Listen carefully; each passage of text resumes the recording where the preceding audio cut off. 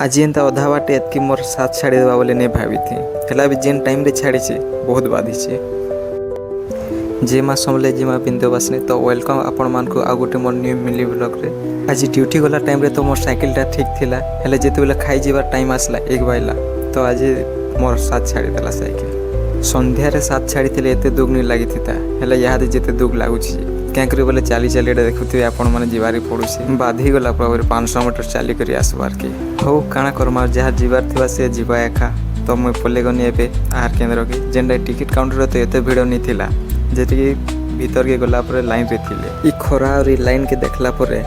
miss लागु छै हमर नवीन बाबू के क्या करी बोले नवीन बाबू थिले एंता ई गैस रो शॉर्ट नहीं हेते एंता लागु छै हो क्या करमार बीजेपी के मुई निजे एका वोट दै छै काहे को हम ई लोग कहर खेला एडा पॉज नहीं करे बोली करी गुटे अलगा जगह जेकर बस्तु और ई लोग सामना के आसकर पॉज करी खेले जिन रागटे लागसी जे नहीं कहन फिर भी काना कर मार खाई खुआ सालनी आ वे पेन पिउना टी ठंडा